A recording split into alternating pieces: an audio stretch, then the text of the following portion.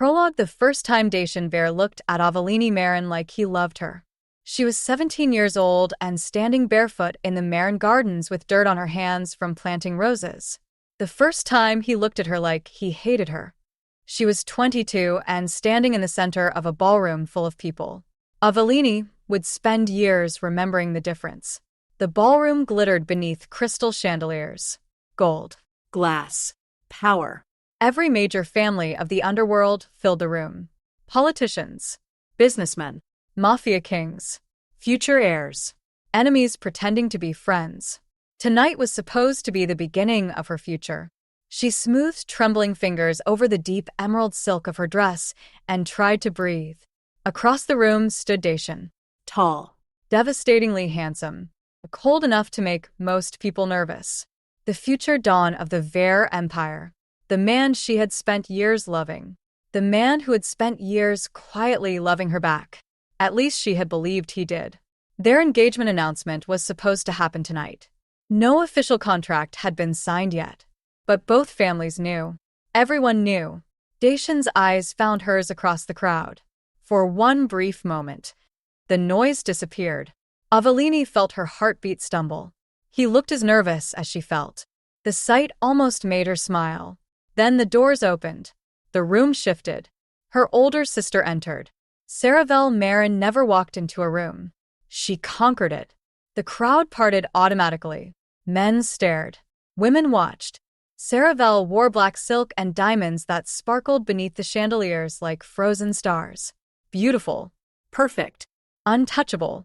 Aveline suddenly felt plain beside her. The feeling was anew. It had followed her entire life. Aveline approached with a smile. Aveline. Something about her tone made Aveline uneasy. What is it? Aveline looked toward the front of the ballroom. There's been a change. A chill crept down Aveline's spine. What kind of change? Aveline's smile widened. The kind that changes everything. Before Aveline could ask another question, a voice echoed through the room. Ladies and gentlemen. The crowd turned. Her father stood on the platform. Beside him stood Dacian. Aveline's pulse quickened. This was it. The announcement. The beginning of their life together. Her father cleared his throat. Before tonight's engagement announcement, certain information has come to light. The room grew quiet. Aveline frowned. Information? Her father looked directly at her. The expression on his face made her stomach drop. Then a screen descended behind him. A photograph appeared. Aveline froze. The image showed her sitting across from a man she had never met. The angle made it appear intimate, secretive. Another photograph appeared, then another. Bank records, messages, financial transfers, documents, one after another. Aveline stared in horror. None of it was real. None of it. What is this? She whispered. The crowd began murmuring. The whispers spread like wildfire. Betrayal. Leak. Traitor. Enemy contact. The words stabbed into her from every direction. Aveline looked at her father. Dad. He wouldn't even meet her eyes. Panic exploded inside her chest. She turned toward Dacian. Dacian. He remained motionless. The color had drained from his face. Dacian. It's fake. Silence. She took a step forward. It's fake. He finally looked at her. The devastation in his eyes nearly broke her. Not anger. Not yet. Disappointment. The kind that hurt far more. You expect me to believe that? He asked quietly. Aveline felt her heart crack. Yes. The word came out as a plea. Because it's true. Another document appeared.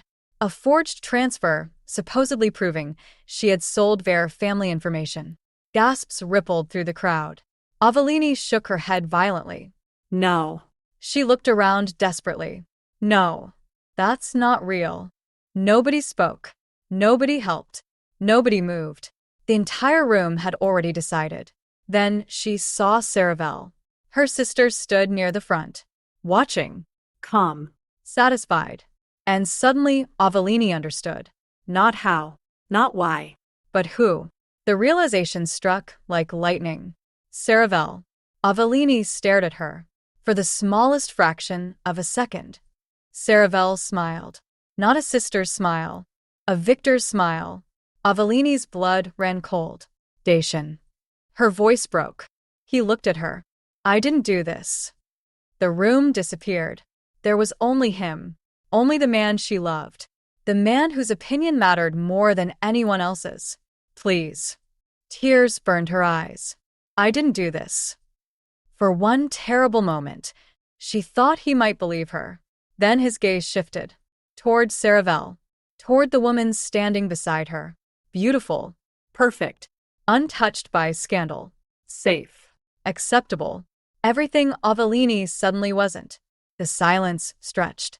Every second felt like another blade. Then Dacian spoke. The engagement is cancelled. The words hit harder than a bullet. Aveline stopped breathing. Around them, the ballroom erupted. Whispers. Shock. Speculation. But she heard none of it. Because Dacian was still speaking. The alliance between our families will continue. Aveline felt sick. No. No. No. Please no. Her father stepped forward. The engagement will instead proceed with Aveline Maren. The world shattered. Aveline looked at her sister. Saravel's expression never changed. She already knew. She had always known. This had been the plan. The entire time. Dacian never looked at Aveline again. Not once. He offered his arm to Saravel. Saravel accepted. Together they stood before the crowd as the future king and queen of an empire. Aveline stood alone. Humiliated. Destroyed. Erased. The love of her life walked away with her sister. And nobody cared enough to ask whether the evidence was true.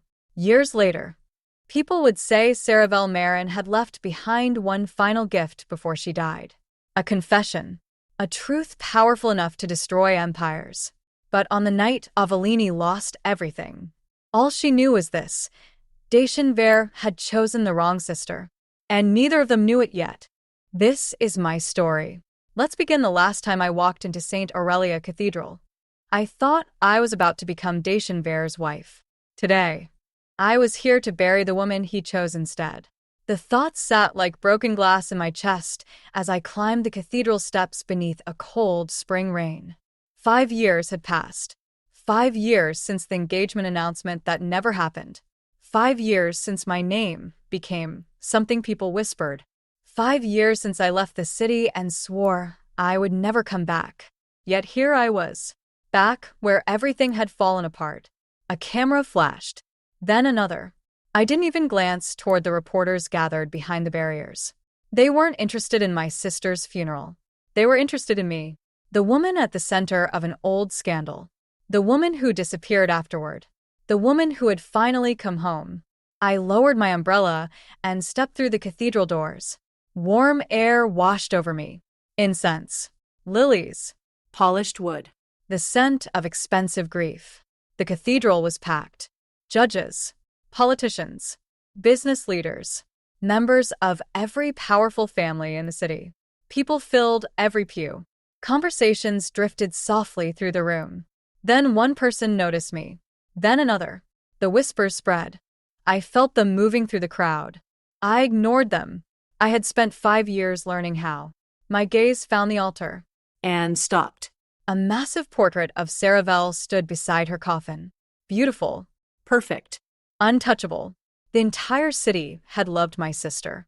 Sometimes, I thought she had been born knowing exactly what people wanted from her. She always knew what to say. How to smile. How to make people feel important. The photograph captured all of it. For a moment, grief caught me off guard. Not because we had been close recently. We hadn't. Not because I had forgotten what happened. I hadn't.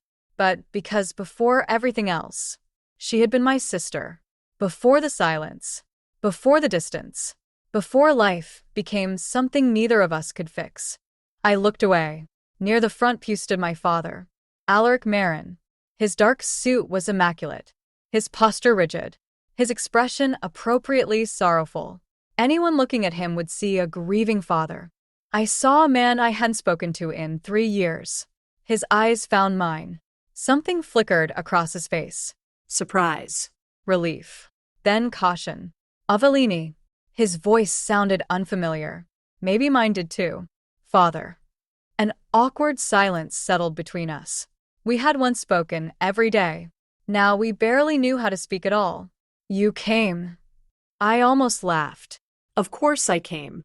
For all the hurt between us. Saravel was still my sister. Instead, I simply nodded. He nodded back. Neither of us moved closer. The distance remained. The service began moments later. One speaker followed another. Stories about Saravel, her generosity, her intelligence, her kindness. People spoke about her accomplishments, the charities she supported, the lives she touched. I listened quietly. Some stories sounded familiar. Others felt like they belonged to a woman I had never met. Minutes passed. Then the cathedral doors opened. The atmosphere changed instantly. I felt it before I turned. The subtle shift of attention, the quieting of voices, the awareness that someone important had entered the room. My stomach tightened. Slowly, I looked toward the entrance. And there he was. Dacian Vare. 5 years should have been enough to make him feel like a stranger. It wasn't. The sight of him hit me harder than I wanted to admit. He looked older. Not old, just sharper. The years had carved harder edges into his face. He moved with the same confidence I remembered, the same quiet authority, the same presence that seemed to pull attention toward him whether he wanted it or not. For a second, I forgot how to breathe. Memories threatened to rise. I crushed them immediately. Dacian wasn't a memory I could afford. Not anymore. His gaze swept the cathedral, then landed on me. Everything else disappeared. The distance, the crowd, the years. Just for a moment. His footsteps slowed. Not much.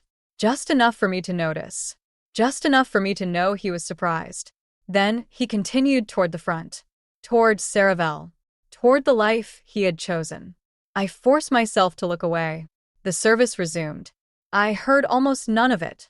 I became painfully aware of every movement across the aisle. Every shift. Every glance.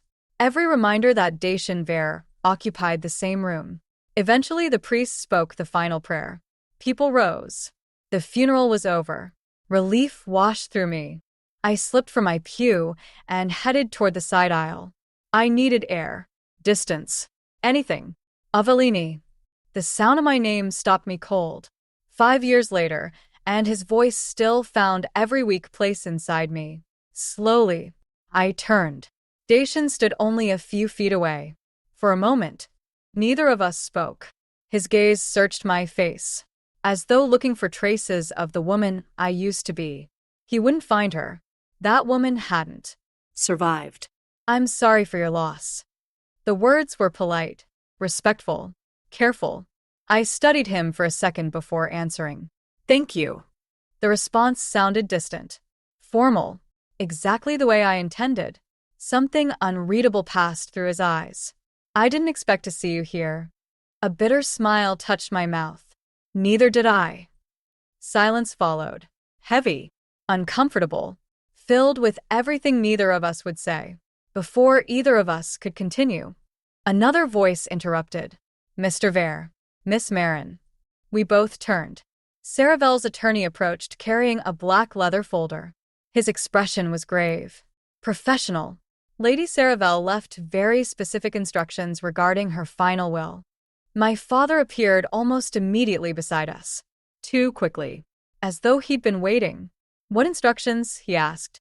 The lawyer adjusted his glasses. The will shall be read tomorrow morning at the Vare estate. His gaze moved between the three of us. Attendance is mandatory. A strange silence followed. The lawyer nodded and walked away. I frowned. Something felt wrong. Then I looked at my father and froze. For a split second. His carefully controlled mask slipped. The grief vanished. The sadness vanished. What remained was something else entirely. Fear. Not concern. Not anxiety. Fear. Raw and immediate. Then it disappeared. His expression smoothed over so quickly I might have missed it. But I hadn't. I knew what I saw. And suddenly, for the first time all day, I wasn't thinking about my sister's funeral. I was thinking about tomorrow. and wondering what could possibly be hidden inside Aveline Maren's final will that had my father looking afraid. Chapter 2. I knew something was wrong the moment I walked into the Vare estate. Not because of the mansion. Not because of the people gathered inside. Because of the silence. The library was filled with members of both families. Yet nobody was speaking. No quiet conversations. No polite greetings. Nothing. Just tension. Thick and uncomfortable. As though everyone was waiting for something they couldn't see. I took a seat near the end of the long table. My father sat across from me. He hadn't looked me in the eye once. Not yesterday. Not today. Not even now. The attorney entered carrying the same black folder. Immediately the room straightened. Attention shifted. My stomach tightened. The feeling from yesterday returned. Something was wrong. The attorney cleared his throat. Lady Saravel left specific instructions regarding the reading of her final will. Nobody moved. Nobody spoke. A remote appeared in his hand. Confusion rippled through the room. Then a large television screen lowered from the wall. I frowned. A recording? The attorney pressed play. The screen flickered. And suddenly my sister appeared. Alive. Smiling. Beautiful. For a moment I forgot how to breathe. It felt wrong seeing her like this. Wrong in a way I couldn't explain. As though death had opened the door and briefly stepped backward. Hello. Her voice filled the room. Several people shifted uncomfortably. Nobody expected this. If you're watching this, Saravel said softly, then I didn't survive. A strange chill crawled through me. The room remained completely silent. Even Dacian wasn't moving. I could feel his attention fixed on the screen. There's something I need to tell all of you. My father's hands clenched. Hard. The movement caught my attention immediately. Fear flashed through me. Why was he afraid? I spent years pretending I was a better person than I really was. The room went still. My pulse quickened. Something was definitely wrong. Saravel lowered her eyes briefly before looking back into the camera. Aveline. The sound of my name hit me like a slap. Beside me, someone inhaled sharply. I couldn't move. Couldn't blink. Couldn't look away. Aveline deserved better than what happened to her. Every muscle in my body locked. What? The room seemed to shrink around me. Saravel continued speaking. Steady. Calm. Unhurried. The evidence presented 5 years ago was fake. For a second, I genuinely thought I had misheard her. The evidence. The evidence. The evidence that destroyed my life. The evidence that ended my engagement. The evidence that made half the city believe I was a traitor. Fake. My heart stopped, then started again so violently it hurt. No one moved. No one breathed. No one dared interrupt. I forged it. The words echoed through the room. I stared at the screen, unable to process what I had heard. I created the documents. My vision blurred. No. The word escaped me before I realized I had spoken. Nobody looked at me. Nobody could. Everyone was staring at Saravel. I arranged the photographs. My chest tightened. I altered the financial records. The room exploded. Gasps. Shock. Voices. Questions. The attorney immediately demanded silence. Nobody listened. I couldn't hear them anyway. A roaring filled my ears. 5 years. 5 years. 5 years. Gone. Just like that. The entire foundation of my life cracked beneath me. Then Saravel spoke again. And somehow things became worse. I knew Dacian loved Aveline. The room froze. Every sound vanished instantly. I stopped breathing. Across the table, Dacian went completely still. The kind of stillness that comes before disaster. Saravel's expression remained calm. I knew it before either of them admitted it. I couldn't feel my hands anymore. My fingers had gone numb. I knew he wanted her. A terrible pressure built inside my chest. No, I didn't know who I was speaking to. My sister. Myself. God. Anyone. I loved him anyway. The confession landed like a bomb. I wanted him. I looked toward my father. His face was completely white. Panic radiated from him. Raw. Undeniable. For the first time in my life, I saw genuine terror in his eyes. And suddenly I knew. He knew. Maybe not everything. Maybe not every detail. But he knew something. He had always known something. My stomach twisted violently. On the screen, Saravel continued. So, I made a choice. The room listened in horrified silence. I convinced myself it was love. Her smile was small, Sad. broken, but love shouldn't require destroying another person. Nobody moved. Nobody spoke. Nobody interrupted. Because there was nothing left to say. Everything had already been destroyed. My life, my future, my family. All because my sister wanted what wasn't hers. The recording ended. The screen went black. Silence followed. Heavy. Absolute. Then chaos erupted. People were shouting. Questions flew across the room. Accusations. Denials. Shock. But I couldn't hear any of it. I pushed back my chair. The Sound scraped through the room. Several heads turned. I didn't care. I stood. My legs felt unsteady. My entire world had shifted in less than 10 minutes. I needed air. I needed distance. I needed to get away from every person in that room, especially him. I reached the door. Aveline. Dacian. His voice. I kept walking. Aveline. Faster. The foyer blurred around me. The front doors appeared ahead. Almost there. Almost free. Then a hand closed gently around my wrist. I spun. 5 years of grief. Humiliation. Pain. Anger. All of it exploded at once. My palm connected with his face. The crack echoed through the foyer. Silence fell. Dacian didn't move. Didn't defend himself. Didn't step back. A red mark bloomed across his jaw. Good. It wasn't enough. It would never be enough. Tears burned my eyes. Not because I wanted them to, because I couldn't stop them. You believed her. My voice broke. The words hurt more now than they had 5 years ago. Because now I knew. Now I knew the truth. You believed her. Dacian stared at me. Shocked. Devastated. Speechless. I pulled my wrist free. You don't get to come after me now. The words shook. So did I. 5 years ago would have been the time. Then I turned and walked away. This time, I didn't look back.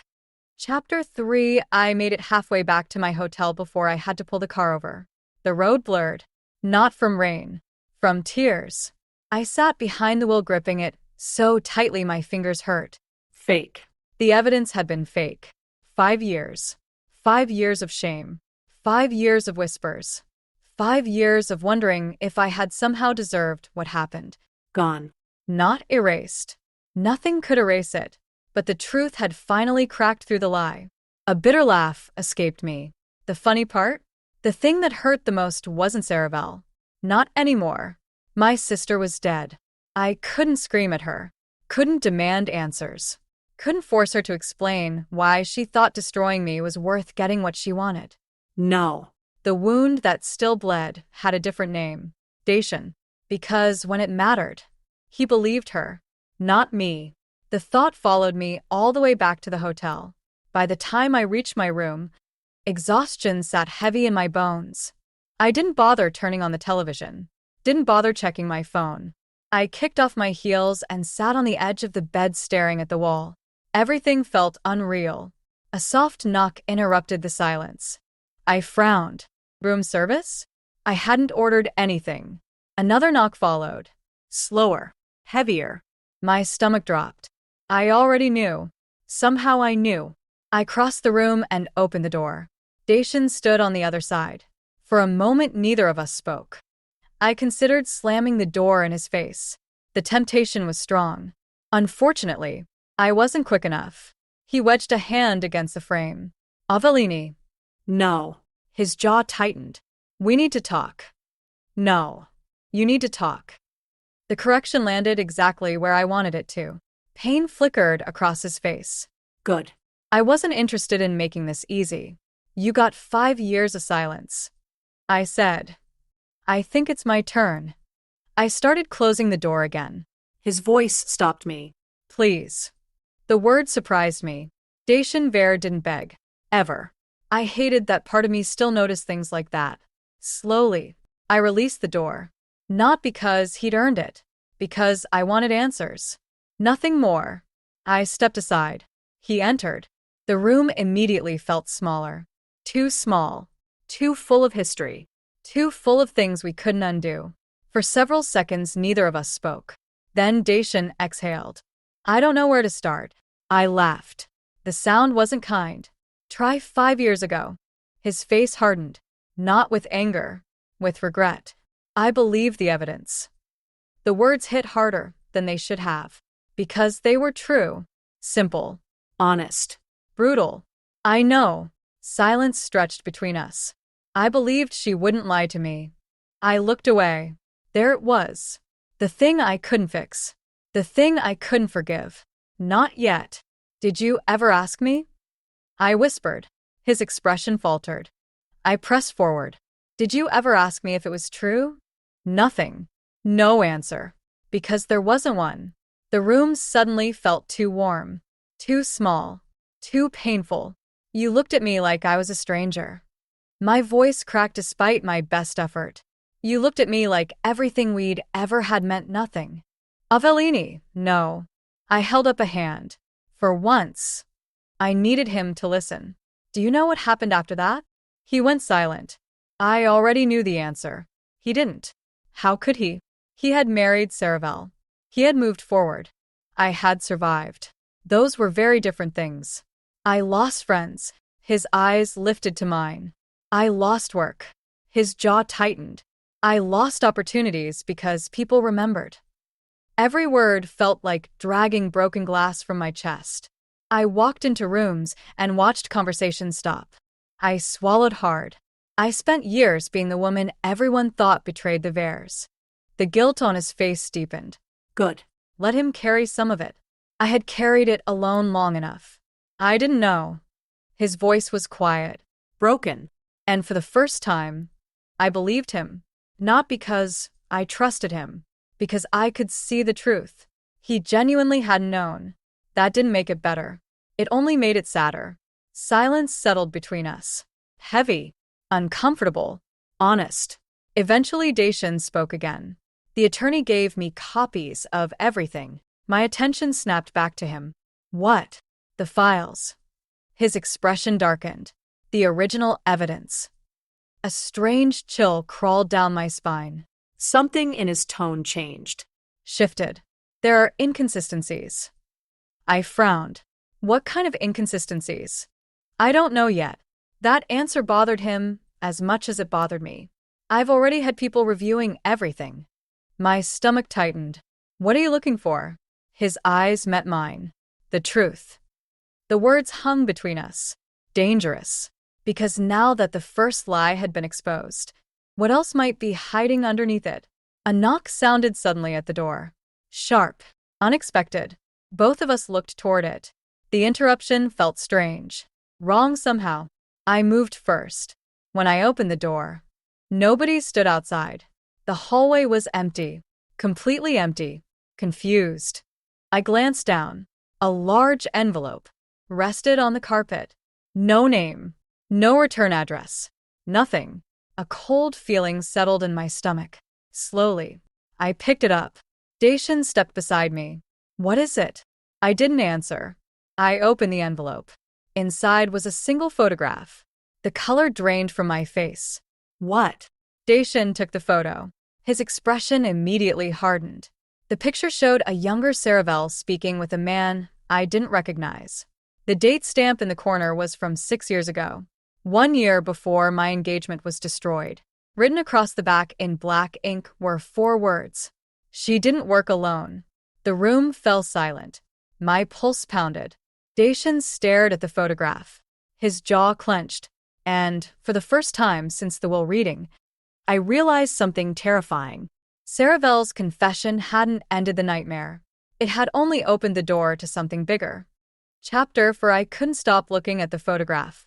Even after Dacian left. Even after I locked the hotel room door. Even after midnight became 2 in the morning and 2 became 4. The photograph sat on the nightstand beside the bed. Saravel. The unknown man. And those 4 words. She didn't work alone. Every time I closed my eyes, I saw them. By sunrise, I gave up on sleep entirely. I showered, Dressed. drank half a cup of coffee I couldn't taste. Then I escaped the hotel before my thoughts swallowed me whole. The city looked different in daylight. Less haunted, less dangerous. At least from a distance. I drove without any destination in mind. Past old neighborhoods. Past restaurants I vaguely remembered. Past places that had existed before my life split into a before and after. For a little while, the movement helped. Not much, but enough.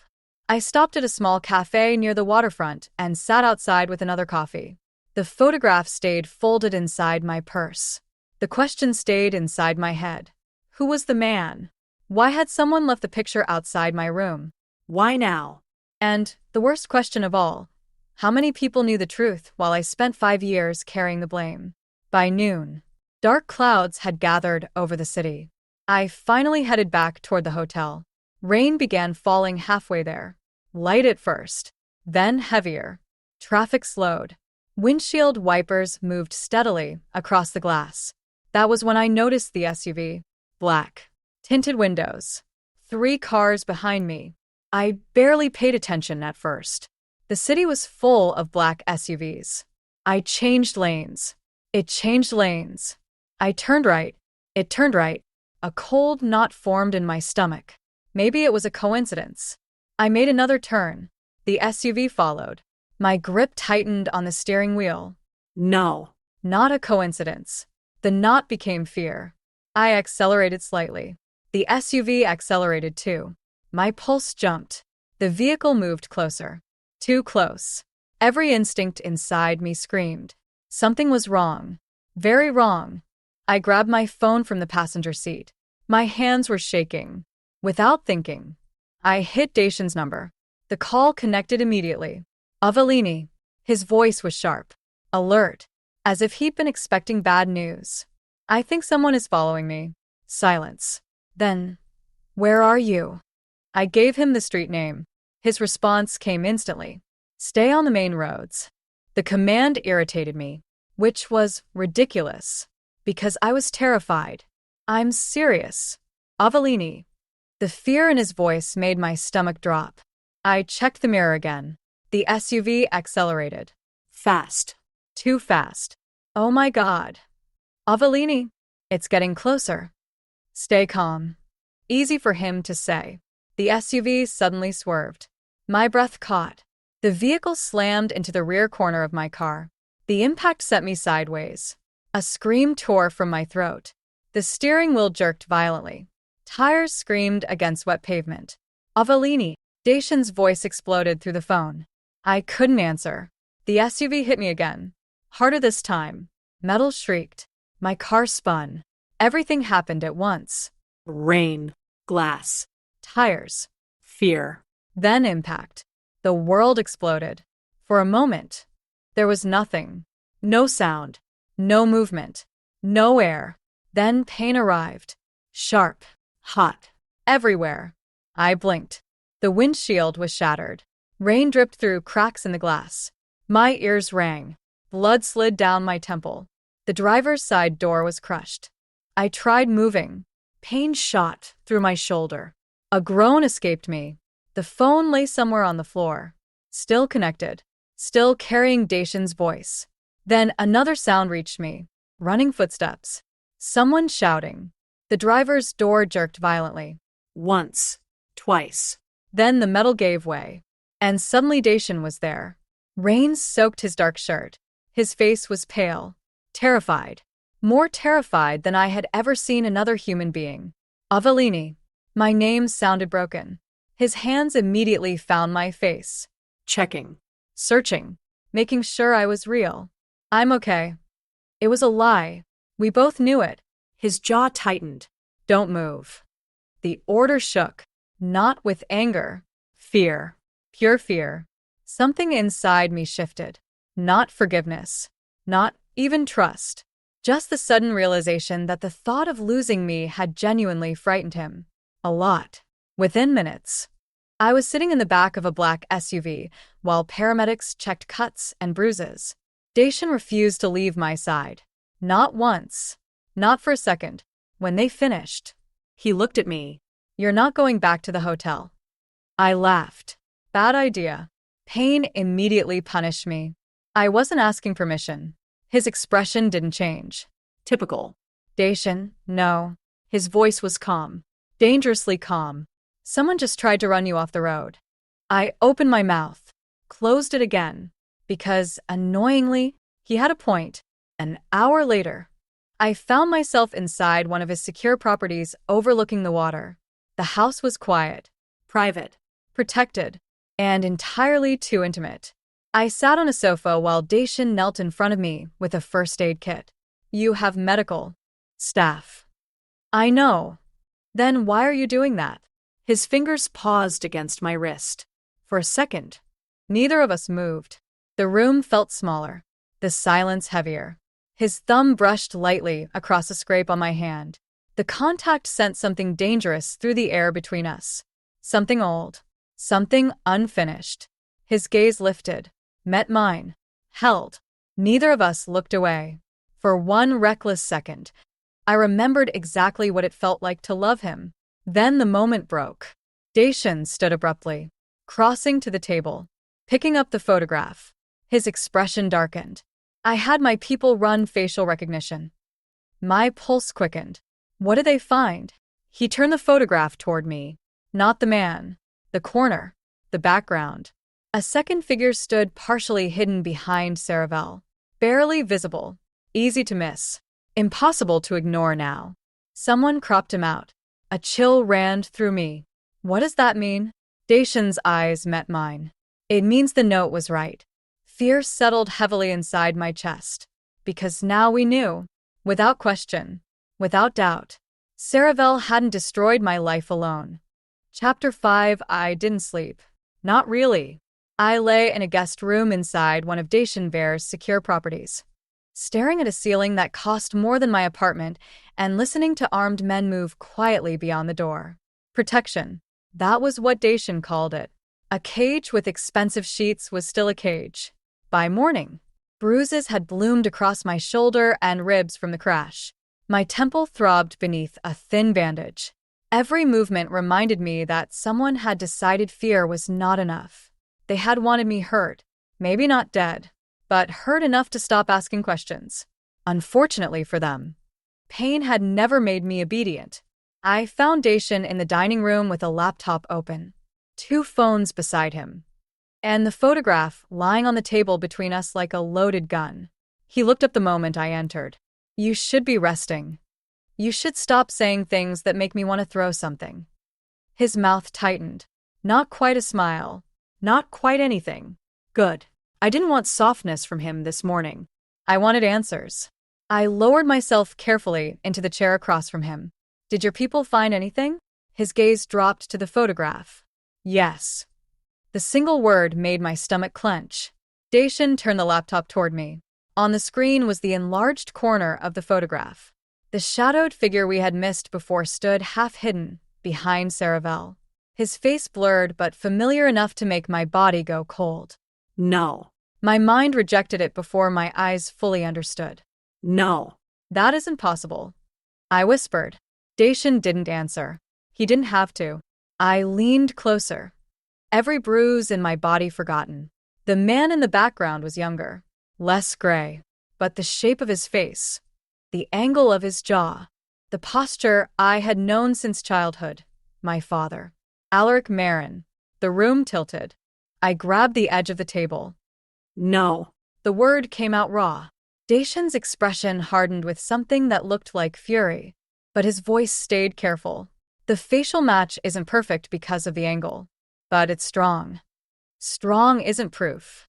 No. "Then don't say it like it is." I didn't. I pushed away from the table. My chair scraped harshly against the floor. He was there. Dacian said quietly. I turned on him. "You don't know what that means." No. "I don't." "Good. Then stop looking at me like my father helped ruin my life." His eyes softened. I hated that more than the anger. I hated pity from anyone, especially him. He loved Saravel, I said, though the words felt weak even as I spoke them. He went everywhere with her. He could have been there for any reason. Dacian stood slowly. Then let's ask him. Fear slid beneath my ribs, not because I believed it, because some part of me already remembered his face at the funeral. That flash of panic when the will was mentioned. The way he had avoided my eyes after Saravel's confession. The way he had looked less shocked than trapped. I hated my mind for lining the pieces up. He won't talk to you, I said. He may talk to you. That was worse. Much worse. 2 hours later, we arrived at my father's house. The Maren estate sat behind iron gates and manicured hedges. Beautiful in the cold way all my childhood homes had been beautiful.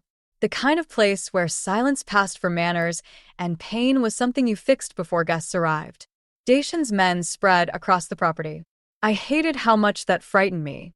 I hated how necessary it felt. The front door opened before we knocked.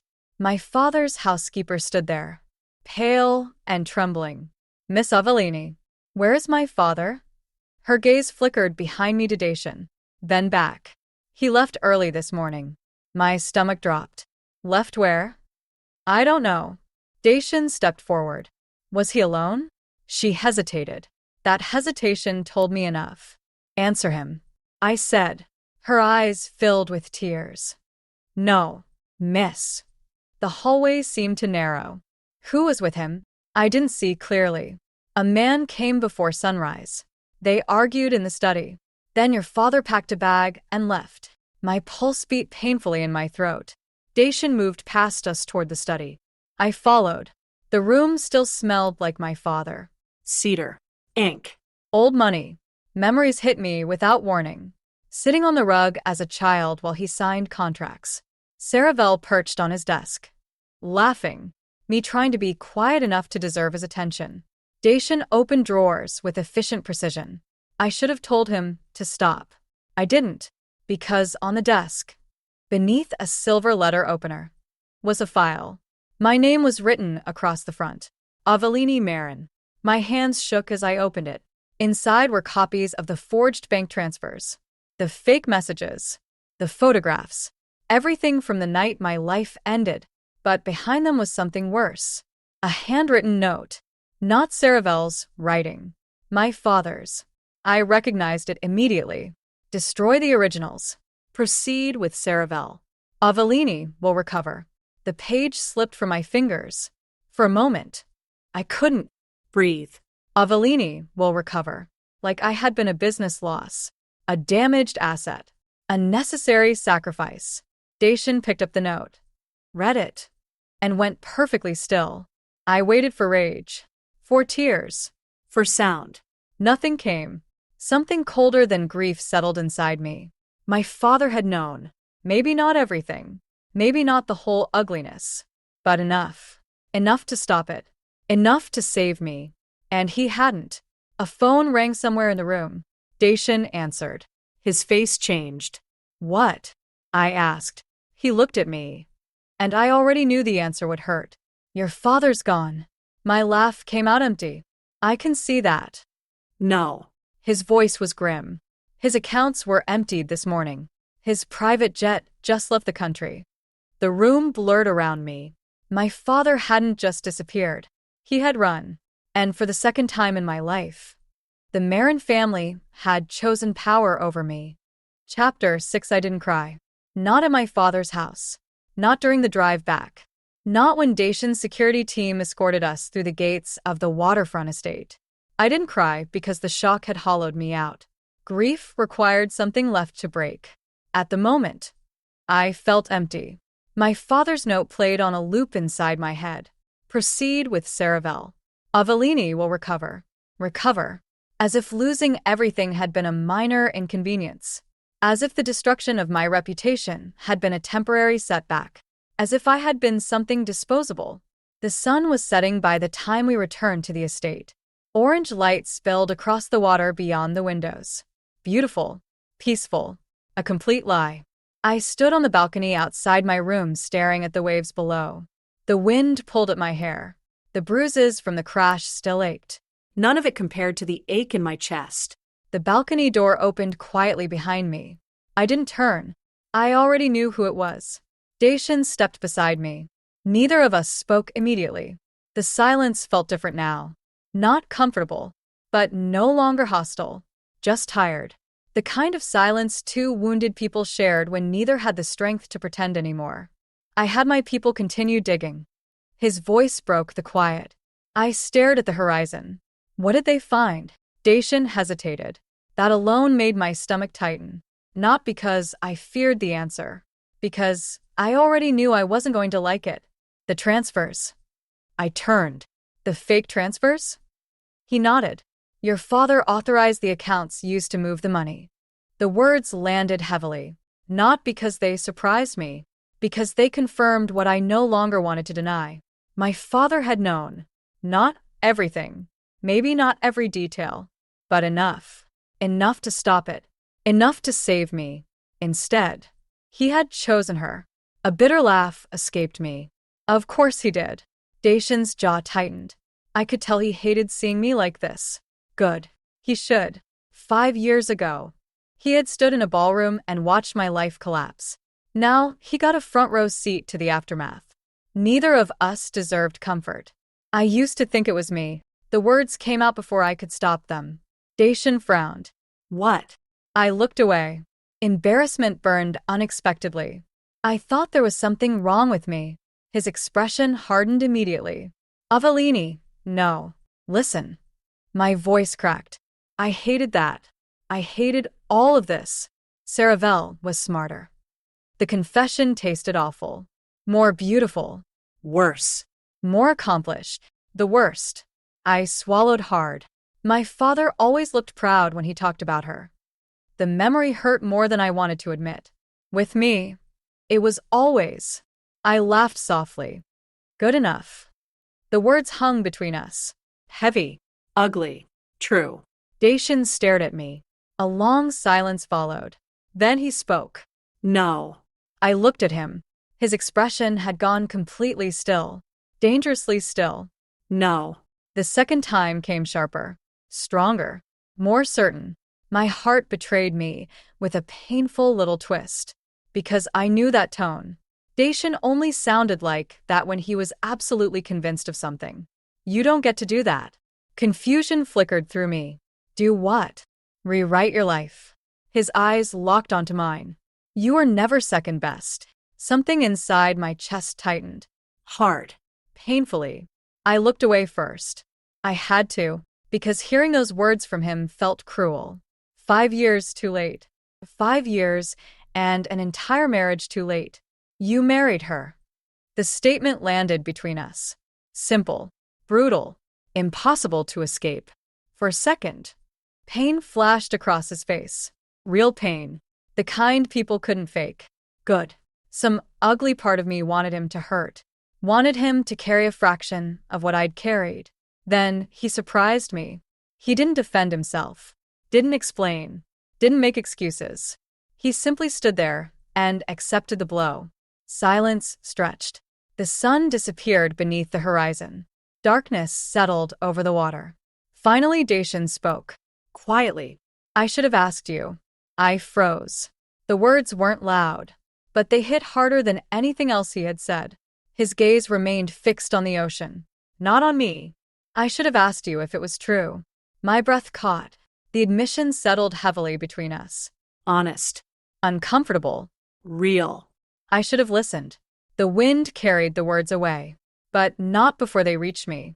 Not before they slipped into the cracks I had spent 5 years building. Dangerous. Very dangerous. Because part of me wanted to believe him. Part of me wanted to believe the regret. I hated that part. I hated it because it still remembered the man I had loved. And that man was standing beside me. The realization frightened me more than the crash. More than the photograph. More than my father's betrayal. Because if I started seeing Dacian as that man again, I didn't know if I could survive losing him twice. A phone buzzed inside the room. The spell shattered immediately. Dacian stepped inside and picked it up. His expression changed as he listened. Darkened. Sharpened. Alarm replaced whatever had been there before. My stomach tightened. What is it? The call ended. He looked at me. One of my analysts found something. Fear slid coldly through my chest. What? Dacian held up his phone. His jaw clenched. The man from the photograph. My pulse jumped. What about him? For a second. Dacian said nothing. Then, he wasn't working for Saravel. The world seemed to tilt. A chill crawled down my spine. If he wasn't working for her, Dacian's eyes met mine. He may have been working for your father. The wind off the water suddenly felt ice cold. Because if that was true, then my father hadn't just known. He had been part of it from the beginning. Chapter 7. I did not know how many times a heart could break before it became something else. Something colder. Something quieter. Something that still worked, but no longer trusted its own rhythm. By morning, the waterfront estate felt less like protection and more like a place where truths came to finish me. I sat in the library with my father's documents spread across the table. Bank authorizations, old correspondence, copies of forged transfers. Every page had another knife hidden inside it. My father had not simply stepped aside while Saravel destroyed me. He had made room for it. He had cleared the path. He had looked at his youngest daughter and decided she was the price of a stronger alliance. Aveline will recover. The words had become a sickness inside me. I pressed my fingertips against the note until the paper wrinkled beneath my touch. The library door opened. I did not look up. Dacian entered quietly. He had been careful around me all morning. Too careful. As if one wrong word might shatter what little remained. He stopped across the table. For a while, neither of us spoke. The rain tapped against the tall windows. Soft. Patient. Cool. You should eat something, He said. I laughed once, without humor. Is that what we're doing now? Pretending toast fixes betrayal? His expression did not change, but his eyes did. That was the dangerous part about Dacian Bear. His face could remain calm while his eyes told the truth. No, He said. But starving yourself won't punish him. I looked down at the note. no. Nothing will. Silence settled again. Then I heard him move closer. Not too close. Never too close unless I allowed it now. That was new. That mattered. I hated that it mattered. I keep thinking about the night it happened. I whispered. His stillness sharpened. The ballroom. I nodded. My throat tightened. I remember standing there and thinking if you looked at me long enough, you would know. His face paled. I thought love was supposed to know things. The words came out softer than I intended. More wounded. More honest. I thought if you loved me, you would see me. Really see me. Not the evidence. Not the whispers. Not the room. Me. Dacian's hand curled against the edge of the table. I failed you. There was no excuse in his voice. No defense. Just the truth. It should not have hurt more, because he admitted it. But it did. I waited. I said. A tear slipped free before I could stop it. I hated that too. I stood there in front of everyone and waited for you to ask me one question. Just one. His voice was rough. Aveline. Did she do it? I whispered. That was all you had to ask. Not the room. Not my father. Not Saravel. Me. Dacian lowered his head. The sight of him like that should have satisfied something in me. It didn't. Revenge was useless when the person you wanted punished was the same person you had once wanted to run to. I believed what I saw. He said. I know. And I will regret that for the rest of my life. My breath caught. He looked up then. The air changed. I loved you before that night. Every part of me went still. The rain, the room, the ruined papers between us. All of it disappeared beneath those words. Dacian's voice was low, controlled, but something underneath it shook. I loved you before I had any right to say it. I loved you when your father was still discussing contracts like you were a political term. I loved you when you laughed in the garden and pretended you didn't know I was watching. My chest hurt. Badly. Don't. I loved you when I married her. The words struck so hard I stepped back. No. No. That was too much. Too cruel. Too late. Stop. I whispered, but he did not. Maybe because if he stopped now, neither of us would ever survive the silence. I hated myself for it, he said. Every day. Every time she touched my hand in public. Every time someone called her my wife. Every time I saw your name in a headline and told myself I had done what was necessary. My tears fell faster. I did not wipe them away. I spent 5 years trying to kill the part of me that still belonged to you. His voice broke on the last word. Barely. But I heard it. And that tiny break undid something in me. Not forgiveness. Not yet. But the wall I had built inside myself shifted. Cracked. Just enough for pain to become something warmer. Something terrifying. Dacian. I said. But I did not know if it was a warning or a plea. He came around the table slowly. Gave me every chance to step away. I didn't. He stopped in front of me. Close enough that I could feel the heat of him. Far enough that the choice still belonged to me. I am not asking you to forgive me, he said. I am not asking you to forget. I am not asking you to make this easier for me. His gaze held mine. I am telling you the truth because you deserved it 5 years ago. My breath trembled. For 5 years. I had wanted answers. Now they stood in front of me wearing grief like a second skin. And I had no idea what to do with them. Dacian lifted his hand slowly, then stopped, waiting. That almost broke me more than if he had touched me, because 5 years ago, no one had given me a choice. Not my father, not my sister, not the room, not him. But now Dacian stood before me, powerful enough to command armies, and waited for my permission to touch my face. I hated him for that. I loved him for that. And God help me. I leaned into his hand. The moment my cheek touched his palm, everything became dangerous. Not because of what Dacian did, because of what I felt. 5 years of anger should have protected me. 5 years of distance should have buried this. Instead, standing in the library surrounded by evidence of betrayal, I found myself remembering the man I had loved before the world came apart. His hand was warm, Steady. careful, as though I might break. I laughed softly through the tears. I hate this. Something sad flickered across his face. I know. No. I shook my head. You don't. My voice cracked. The emotion I had been holding back for years finally surged to the surface. I hate that part of me still cares. The truth hung between us. Raw. Ugly. Honest. For a long moment neither of us spoke. Then Dacian lowered his hand. Not because he wanted to, because he understood. Because for the first time in a very long time, he was putting my needs ahead of his own. That realization hurt more than it should have. I spent 5 years trying to forget you. I whispered. His jaw tightened. I know. No. You don't. I laughed again. But there was no humor in it. You were everywhere. The confession escaped before I could stop it. In every article, every charity gala, every business interview, every photograph. I looked away, ashamed. I would see her face and remember what it felt like to believe someone chose me. The silence that followed felt enormous. When I finally looked back, something in Dacian's expression had changed. The regret was still there. The guilt was still there. But beneath it was something deeper. Hope. Dangerous. Impossible hope. I never stopped looking for you. My breath caught. What? I knew where you lived.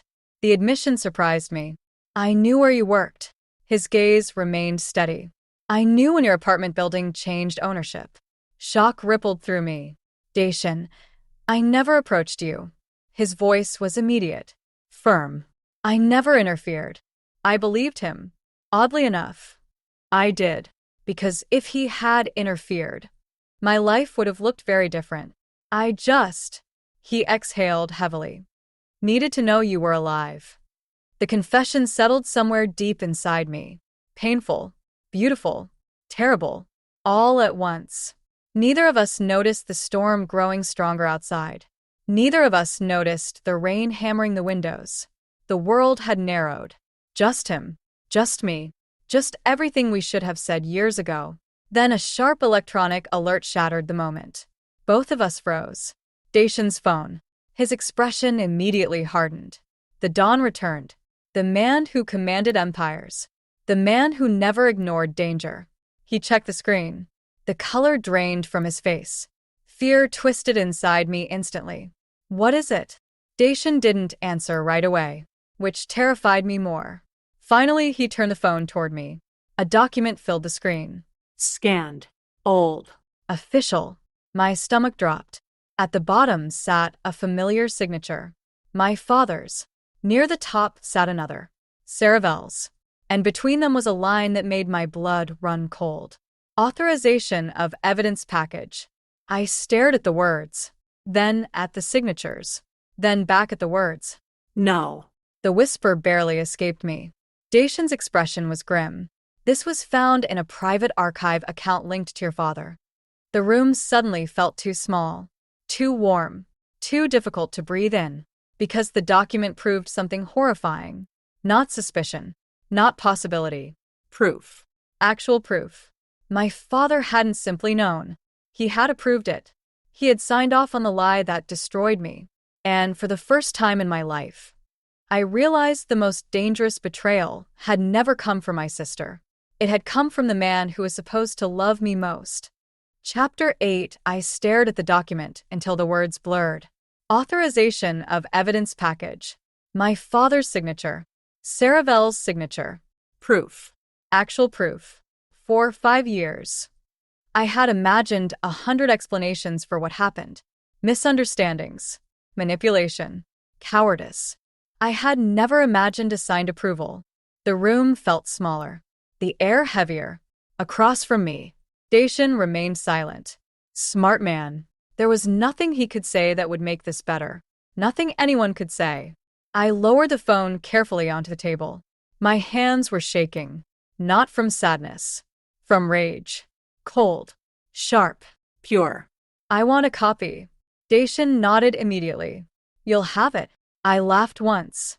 The sound startled even me. You know what's funny? His expression tightened. No.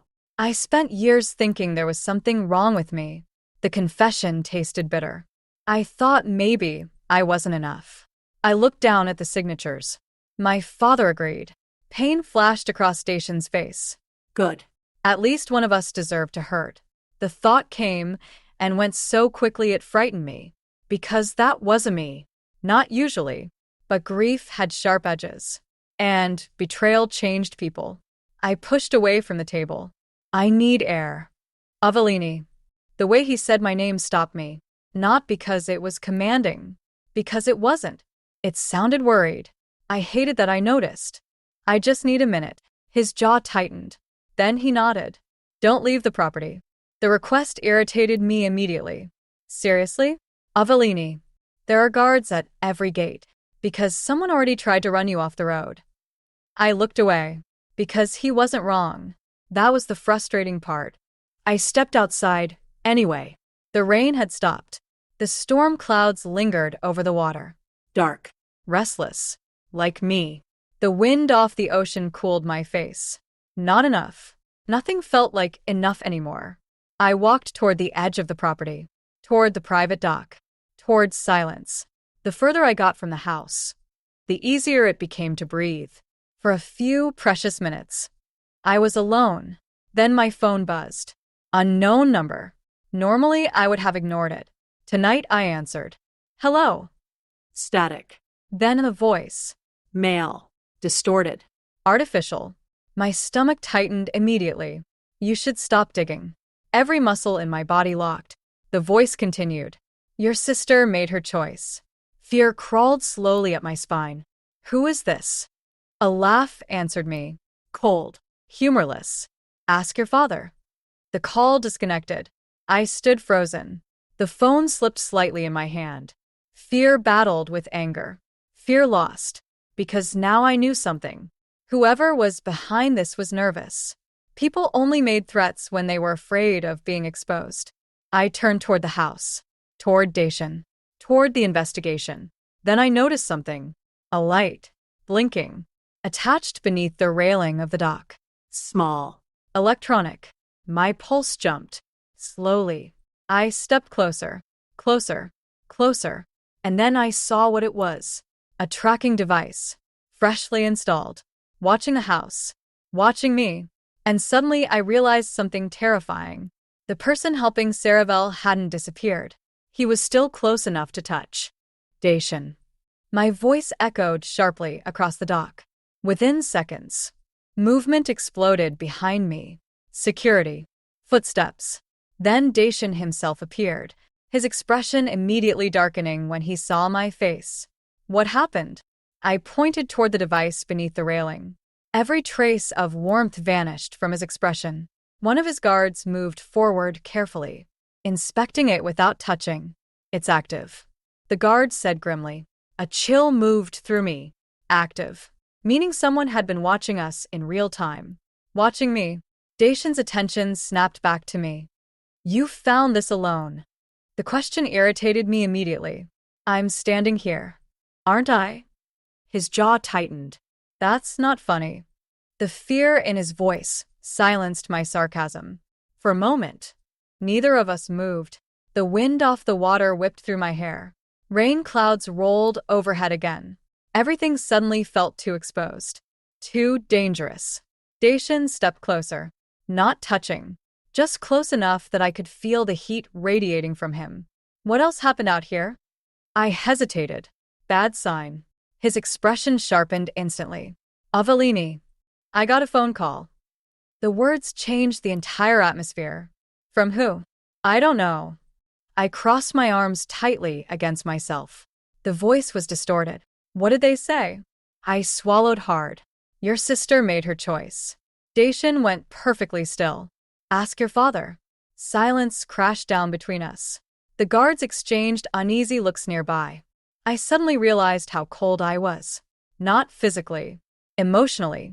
Like the world beneath my feet had become unstable. Dacian noticed immediately. His gaze softened slightly. Come inside. I should have argued. Instead, exhaustion won. Back inside the house. The tension thickened rapidly. The tracking device was taken upstairs for analysis. Additional guards flooded the property. Phones rang constantly. Orders were given. Security tightened. The waterfront estate no longer felt like a home. It felt like a fortress preparing for war. I sat on the sofa in the living room staring blankly at the fire. Dacian crouched in front of me. Close enough to touch. Far enough to let me breathe. Aveline. I looked at him slowly. We may need to consider the possibility that your father isn't acting alone now. The words hit hard, because deep down, I already knew. The tracking device, the threats, the crash. This was bigger than a grieving father running from exposure. Someone else was moving pieces behind the scenes. Someone careful. Someone powerful. Someone close enough to know where I was. Fear tightened inside my chest again. Dacian must have seen it. His expression shifted immediately. Softer. More personal. This ends with me. The promise settled heavily between us. Dangerously. Because I believed him. I believed Dacian would burn the entire city to the ground before letting someone hurt me again. And that should have terrified me. Instead, it made something warm ache painfully inside my chest. His hand lifted slowly, carefully. This time when his fingers brushed mine. I didn't pull away. The look in his eyes nearly destroyed me. Relief. Want. Regret.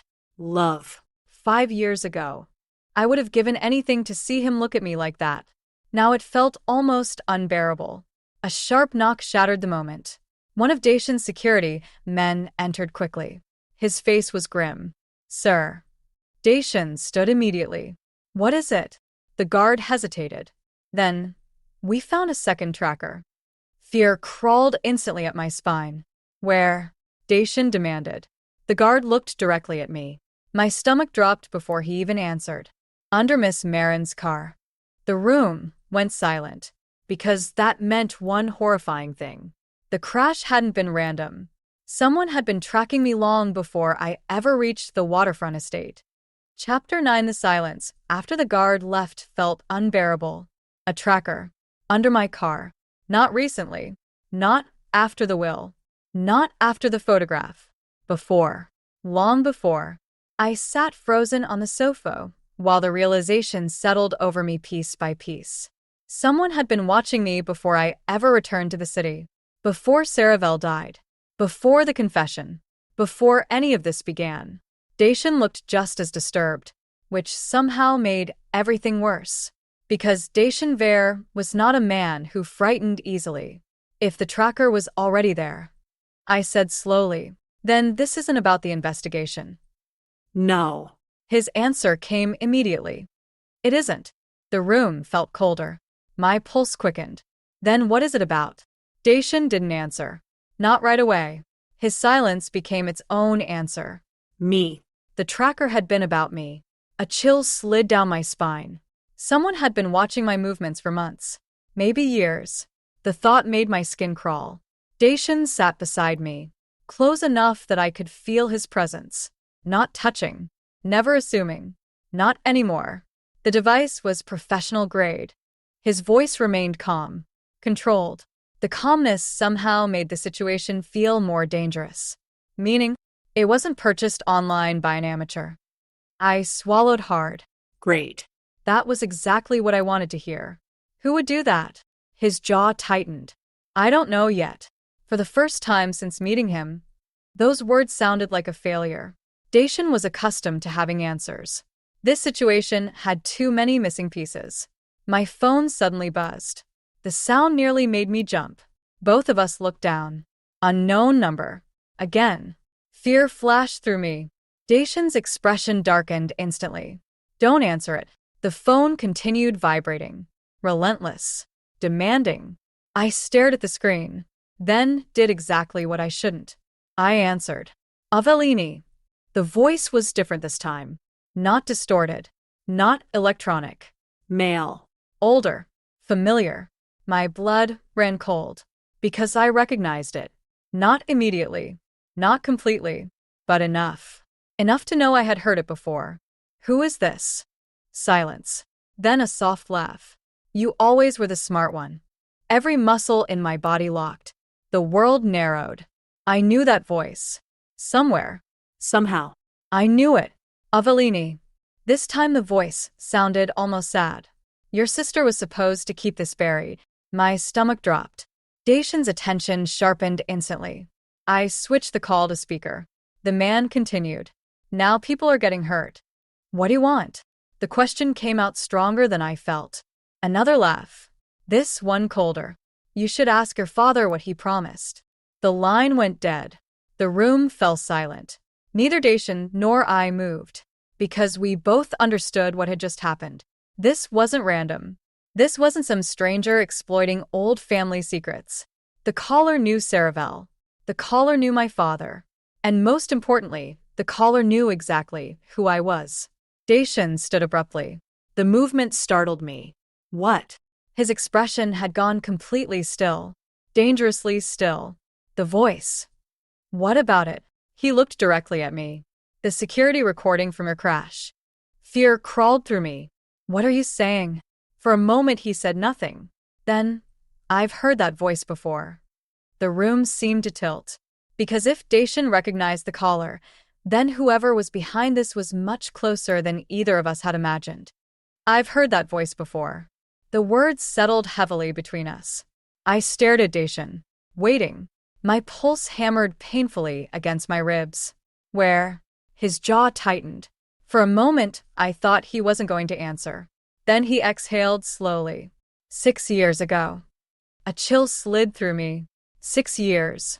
Before the forged evidence. Before the engagement collapsed. Before everything. The timing was not a coincidence. What happened 6 years ago? Dacian's expression darkened. There was a meeting. I frowned. What kind of meeting? A private one. His eyes narrowed slightly as he searched through old memories. Your father requested it. The room seemed to tilt. Of course he had. Every road in this nightmare eventually led back to Aveline Maren. I attended. Dacian continued. So did Saravel. The mention of her name still hurt. Just differently now. Less grief. More anger. What about the voice? It belonged to another man at the meeting. Fear crawled up my spine. Who? Dacian's silence lasted too long. Way too long. When he finally answered, his voice had become dangerously quiet. I don't know. My frustration immediately flared. Seriously? I never saw him. That stopped me. The meeting was by phone. A terrible feeling settled inside my stomach. Dacian moved toward the fireplace. Restless. Agitated. The conversation made no sense at the time. His gaze lifted to mine. But it does now. My pulse quickened. What conversation? Dacian's expression hardened. The man said there would be complications. The room fell silent. He said sacrifices would have to be made. Cold spread through me. Fast. Unpleasant. Wrong. Because those words sounded familiar. Not familiar because I'd heard them before. Familiar because they sounded exactly like something my father would believe. Business. Strategy. Necessary losses. Aveline will recover. The note echoed inside my head. Sacrifices. Recover. The language matched. The thinking matched. Everything matched. Oh my God. The whisper escaped before I could stop it. Dacian immediately looked at me. What? I swallowed hard. My father. The realization made me sick. He didn't see me as a daughter. The words hurt. More than I expected. He saw me as a problem. Silence followed. Not because Dacian disagreed. Because he couldn't. We both knew it. The evidence had become impossible to ignore. A soft knock interrupted us. One of Dacian's security men entered quickly. His expression was grim. My stomach dropped instantly. Nothing good ever followed that expression. What happened? The guard looked directly at Dacian. We found the source of the tracker signal. The room froze. Every muscle in my body tightened. Dacian spoke first. Where? The guard hesitated. Just long enough to terrify me. Then, the signal wasn't coming from outside. Confusion flickered through me. What does that mean? The guard's face darkened. It means someone monitoring the tracker was receiving the data locally. A horrible feeling settled inside my chest. Locally. Nearby. Close. Very close. Dacian's expression turned lethal. How close? The answer came immediately. Less than a mile from this property. The room fell silent. Because suddenly the threat no longer felt distant. No longer felt hidden. No longer felt like a voice on a phone. The person who helped destroy my life wasn't across the country. He wasn't overseas. He wasn't hiding behind old secrets. He was here. Watching. Waiting. And closer than any of us realized. Chapter 10. The person who destroyed my life was less than a mile away. I should have been terrified. Instead, I was angry, furious, exhausted. Done. For 5 years. Everyone else had controlled the story. My father, Saravel, the stranger on the phone, the man hiding behind trackers and threats. I was tired of being the victim in a story written by other people. The moment the guard left the room, I stood. Dacian immediately noticed. His expression sharpened. Aveline. No. The word came out before he could finish whatever command he was about to give. His jaw tightened. We're not doing this. I laughed. The sound wasn't pleasant. That's exactly what we're doing. The fireplace crackled softly behind us. Neither of us paid attention. The room had narrowed down to a battle of wills. One I was fully prepared to lose. And fight anyway. We finally have a location. I stepped closer. We finally have a lead. His expression darkened. We have a possible location. Same thing. It isn't. I hated that calm voice. I hated that reasonable voice. Mostly because it was usually right. Unfortunately, anger wasn't interested in reason. I am not sitting here while someone stalks me. His eyes flashed. The reaction surprised me. Not anger. Fear. Raw fear. The kind he usually hid. You're not sitting here because I'm controlling you. The words landed harder than I expected. The room went quiet. Dacian looked away briefly before continuing. You're sitting here because someone already tried to kill you. Silence. Heavy. Uncomfortable. True. I crossed my arms tightly. Then let me help. His gaze snapped back to mine. For a moment, neither of us spoke. Then, you want the truth? The question caught me off guard. Yes. His jaw tightened. The truth is, I nearly lost my mind after that crash. My breath caught. Dacian rarely spoke emotionally. Almost never. Now the words seemed to force themselves out. I got the call. His voice lowered. Dangerously quiet. I heard you scream. Every muscle in my body went still. The memory flashed instantly. The spinning car. The impact. The terror. Dacian continued. And for 3 minutes, nobody could tell me if you were alive. The room felt smaller. The distance between us disappeared. Not physically, emotionally, because for the first time, I could hear exactly what that day had done to him. His eyes locked onto mine. I am not risking that again. Something painful tightened inside my chest. The honesty in his voice made it impossible to look away. For one terrible second, I wanted to step closer, wanted to touch him, wanted to tell him I understood. The realization frightened me, because trust had started growing in the cracks where anger used to live. A sharp knock interrupted us. The timing felt almost cruel. One of Dacian's security analysts entered carrying a tablet. His expression was urgent. Every trace of warmth vanished instantly. Business returned. Danger returned. The analyst stopped beside us. We have an identification. The room froze. My pulse jumped. Dacian's voice became cold. Who? The analyst turned the tablet around. A photograph filled the screen. The moment I saw the face, my stomach dropped.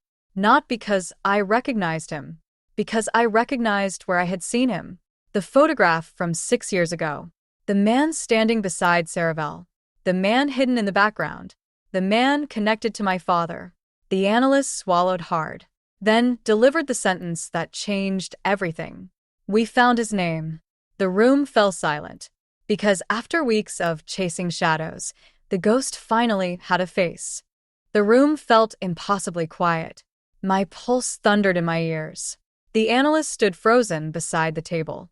Dacian stood beside me, waiting. Nobody spoke. Nobody breathed.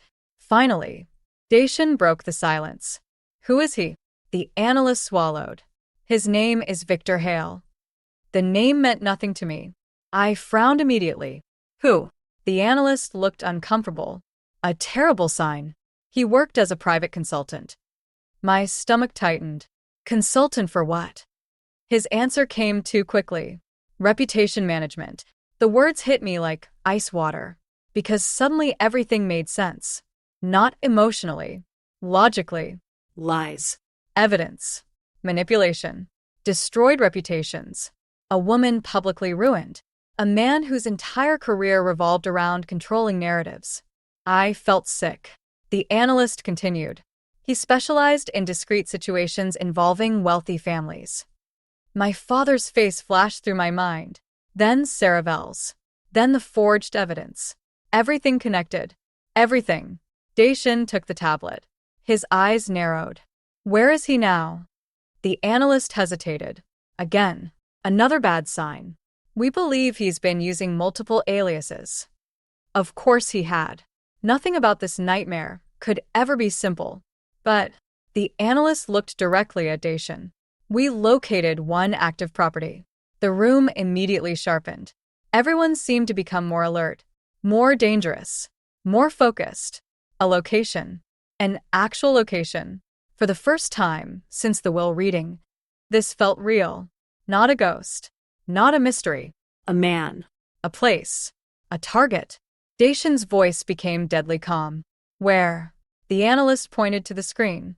A house outside the city. My heart accelerated. This was it. This was finally it. The end. Or the beginning of the end. Dacian turned toward me immediately. The look in his eyes told me exactly what he was about to say. No. Absolutely not. Not happening. I know that face. The words escaped before he could speak. His expression tightened. Aveline. There it is. I pointed accusingly. That tone.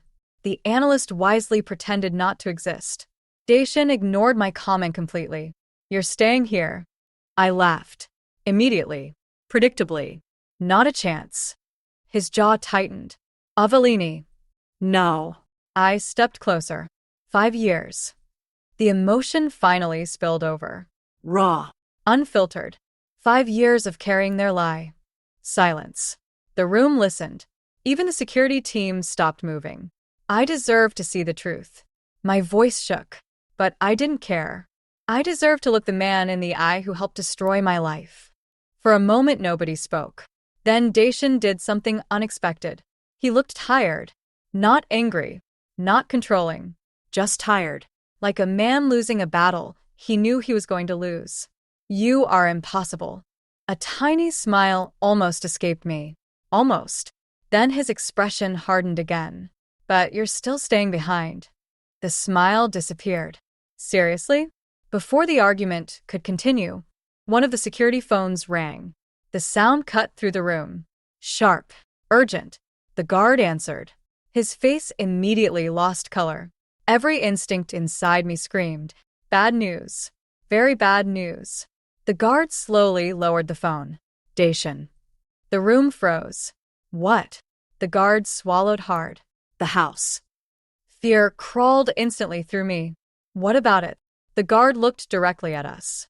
They just received a warning call. The room went silent. A terrible silence. Because we all understood the implication. Someone had known we found Victor Hale. Someone had known we found the house. Someone inside the investigation had leaked information. And suddenly, we weren't hunting the traitor anymore. The traitor was hunting us. Chapter 11. The traitor was hunting us. That was what the guard's words meant.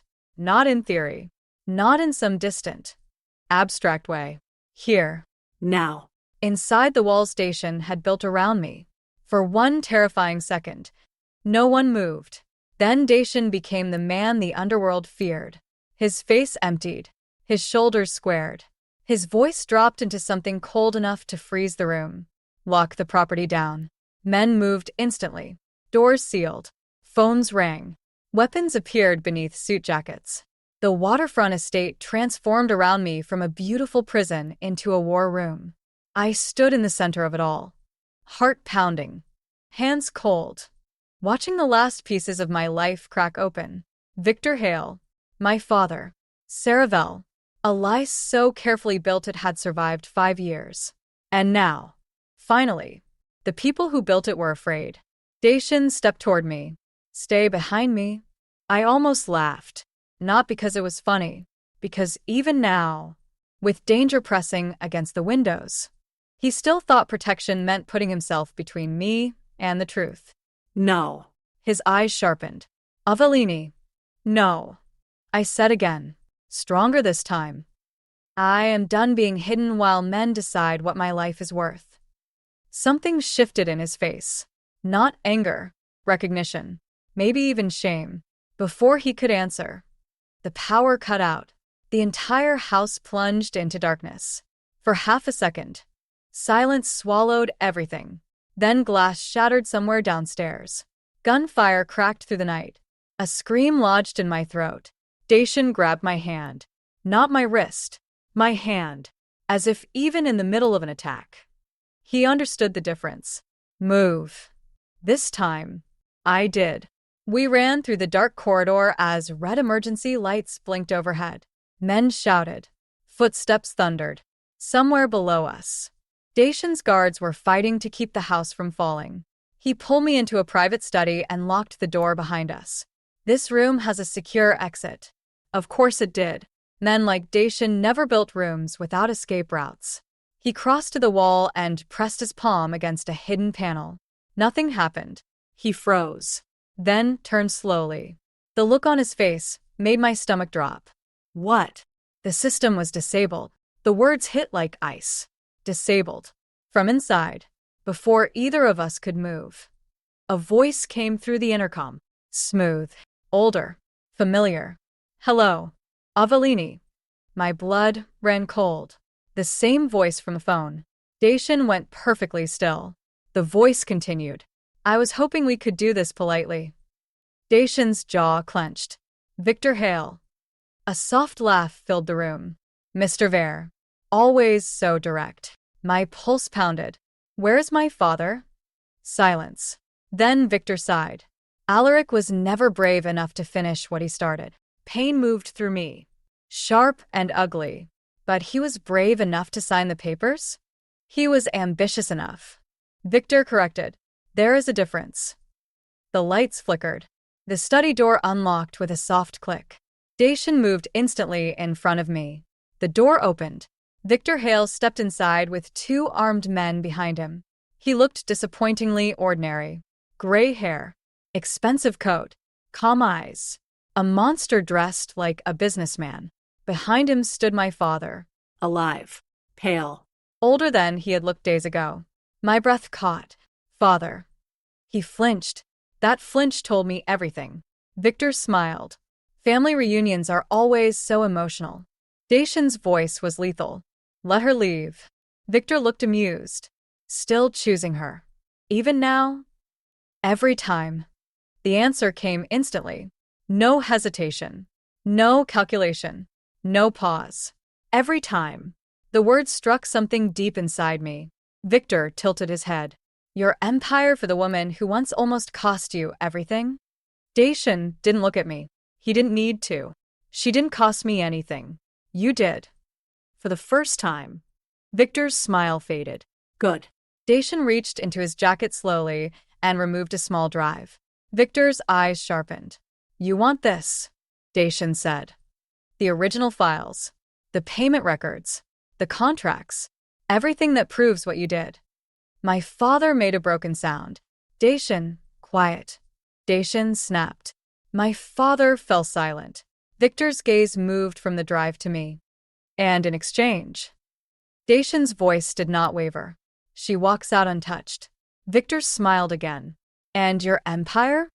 Dacian tossed the drive onto the desk. If the price of keeping power is losing her again, then take the empire. The room went silent. I stared at him. For 5 years. I had believed Dacian chose power over me. Now he stood in front of the man who helped destroy us and chose me without blinking. Something inside me broke. Not the wounded part. The guarded part. The part still waiting to be abandoned. Victor moved toward the desk. That was his mistake. Dacian's guards burst through the side wall panel behind him. Everything happened fast. Shouts. Movement. A gun hitting the floor. Victor forced to his knees. His men disarmed. My father backing away as if cowardice could save him. Dacian never moved from in front of me. Not until the room was secured. Not until Victor Hale was dragged upright. Furious and exposed. Then Dacian turned to my father. The silence changed. Became personal. Became mine. Alaric looked at me with tears in his eyes. Aveline. I thought. No. My voice cut through the room. He stopped. I stepped around Dacian. For once. No one stopped me. You thought I would recover. My father's face collapsed. You were young. I thought time would. Fix what you sold. He looked away. Coward. The words settled inside me with terrible clarity. Saravel had been cruel. Victor had been paid. But my father had been the one who should have loved me. And he had signed me away because I was inconvenient. You don't get to call it a mistake. I said. You chose her. You chose power. You chose silence. His tears fell. Mine did not. Not this time. You are not my father anymore. The words landed harder than any slap. He stumbled like I'd struck him. Maybe I had. Dacian gave one order. By dawn. Everything was public. The confession. The forged evidence. The signatures. The payments. Victor Hale's reputation machine. Aveline Maren's approval. Saravel's role. All of it. The city that had whispered about me for 5 years woke to my innocence. Not rumor. Proof. By noon, reporters crowded outside the courthouse. By evening, Victor Hale was in custody. My father had surrendered through counsel. And every headline in the city carried my name differently. Not traitor. Victim. Innocent. Wronged. I should have felt healed. Instead, I felt tired. Justice did not give back years. It only named who had stolen them. That night, Dacian found me in the garden of the waterfront estate. The same garden where everything between us had begun to change. He did not touch me. He stood beside me with enough distance to make the choice clear. I have something for you. My stomach tightened. He handed me an envelope. Inside were legal papers. A full release. No debt. No claim. No obligation to the Vare family. No protection contract. No public alliance. Nothing binding me to him. Freedom. Complete freedom. I stared at the pages. What is this? What I should have given you 5 years ago. His voice was quiet. The right to choose. My throat tightened. Dacian. I love you. The words were steady, painful, beautiful, but I won't trap you with it. I won't use guilt. I won't use protection. I won't use what happened tonight. He swallowed hard. You owe me nothing. For a long time, I couldn't speak, because this was the thing I had never been given. Not by my father. Not by Saravel. Not by the room that ruined me. Choice. My fingers tightened around the papers. 5 years ago, everyone had decided who I was. Tonight, for the first time, the decision belonged to me. I looked at Dacian, at the man who had failed me, the man who had broken me, the man who had finally, painfully, chosen me when it cost him everything. I stepped closer. His breath caught. Good. Let him feel uncertainty too. I don't forgive everything. His eyes glistened. I know. I won't forget. I don't want you to. And if I stay, it isn't because you rescued me. His voice was rough. I know. I looked down at the papers, then back at him. I stay because I choose to. For one suspended moment, he didn't move. Then his face broke open with something so raw it nearly undid me. He reached for me slowly, Carefully. Still asking. still waiting. And this time, I went to him. His arms closed around me like a prayer he was afraid to say too loudly. I pressed my face against his chest and finally cried. Not for Saravel. Not for my father. Not even for the girl I had been. For the woman who had survived them all. 6 months later, the city still remembered. Of course it did. Cities loved scandals. But they remembered differently now. They remembered the lie. They remembered the men who signed it. They remembered the woman who came back to bury her sister and uncovered the truth instead. As for me, I no longer lived like a ghost inside someone else's story. I built my own life, with my own name, my own choices. And Dacian beside me, not in front of me, not above me, beside me. Some mornings, I still woke with old pain in my chest. Some nights, Dacian still reached for my hand like he needed proof I had stayed. Healing was not a miracle. It was a choice we made again and again. And I made mine freely. 5 years ago, Dacian Vare chose my sister. This time, he chose me. And this time, I chose him too. Epilogue. 1 year later, the first time the city called me innocent. I cried. The 100th time. I didn't feel anything at all. Funny how that worked. For years, I had believed clearing my name would fix everything.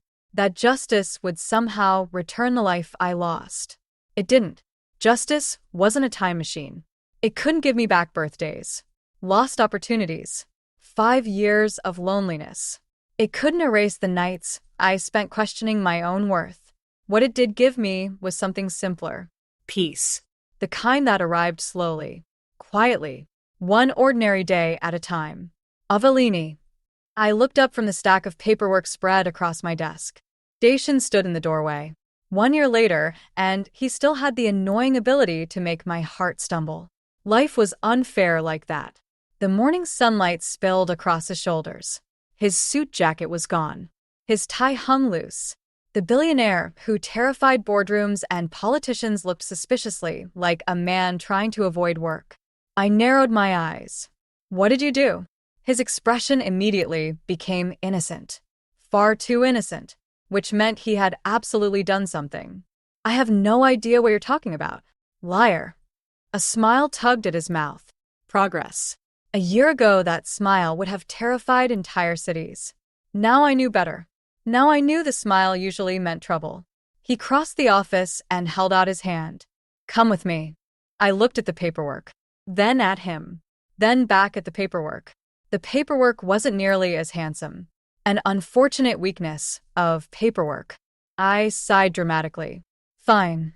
His smile widened. Definitely trouble. 20 minutes later, I found myself standing in front of a newly renovated building overlooking the waterfront. I frowned. What is this? Dacian remained suspiciously quiet. Never a good sign. A large sign covered the entrance. Fresh white cloth concealed whatever was underneath. A crowd gathered nearby. Reporters, business leaders, members of local charities. People I vaguely recognized. Confusion settled over me. Dacian. Still nothing. The man was enjoying himself. I could tell, which meant I was probably about to regret something. A small stage had been erected near the front doors. Someone handed Dacian a microphone. My suspicion deepened, then worsened, then became certainty. Dacian Ver. My voice carried exactly the amount of warning it deserved. Several people nearby laughed. Apparently, I wasn't the only one who knew that tone. Dacian looked entirely unapologetic. The traitor. He stepped onto the stage. The crowd quieted. I folded my arms, waiting, watching, planning revenge. Nothing too serious. Just enough to keep him humble. Dacian cleared his throat. For years, he began. This city believed a lie. The crowd became still. The air shifted. His gaze found mine. Immediately. Always. For 1 second. Everything else disappeared. Then he continued. One woman paid the price for that lie. Emotion tightened unexpectedly inside my chest. Dacian. He ignored me. The menace. She survived it. His voice remained calm. Steady. But survival should never be the only reward for innocence. The cloth covering the sign dropped. Gasps echoed through the crowd. My breath caught. The building's new name gleamed in polished silver letters. The Aveline Maren Center. For victims of reputation crimes and financial abuse. I froze. The world seemed to stop. No. The whisper escaped before I could stop it. My eyes burned instantly. Dacian. He stepped down from the stage. Walked directly toward me. The crowd disappeared. The cameras disappeared. The entire city disappeared. Only him remained. This is yours. My throat tightened painfully. What did you do? The smile that answered me was soft. Warm. Home. I listened. And somehow that was worse.